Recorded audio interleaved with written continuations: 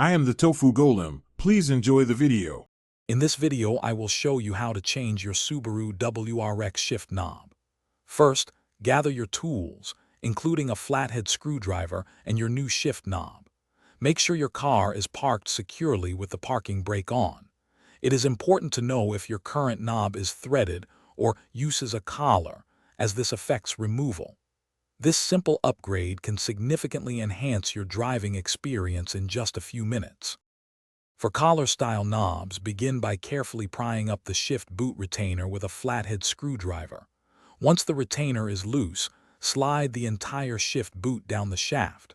This will reveal the locking mechanism, usually a small clip or pin. Depress this clip firmly, then pull the old shift knob straight up and off the shifter shaft. It should come off with moderate force, revealing the bare shifter. If your WRX has a threaded shift knob, the process is even simpler. Firmly grasp the knob with both hands. Then, rotate it counterclockwise to begin unscrewing it from the shifter shaft. Continue turning until the knob is completely loose and can be lifted off. Pay attention to any small washers or spacers that might be present. These may need to be transferred to your new knob for proper fitment. Now it is time to install your new shift knob.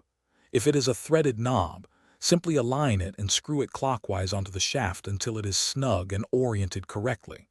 For collar-style knobs, align it and push down firmly until you hear or feel the locking clip engage.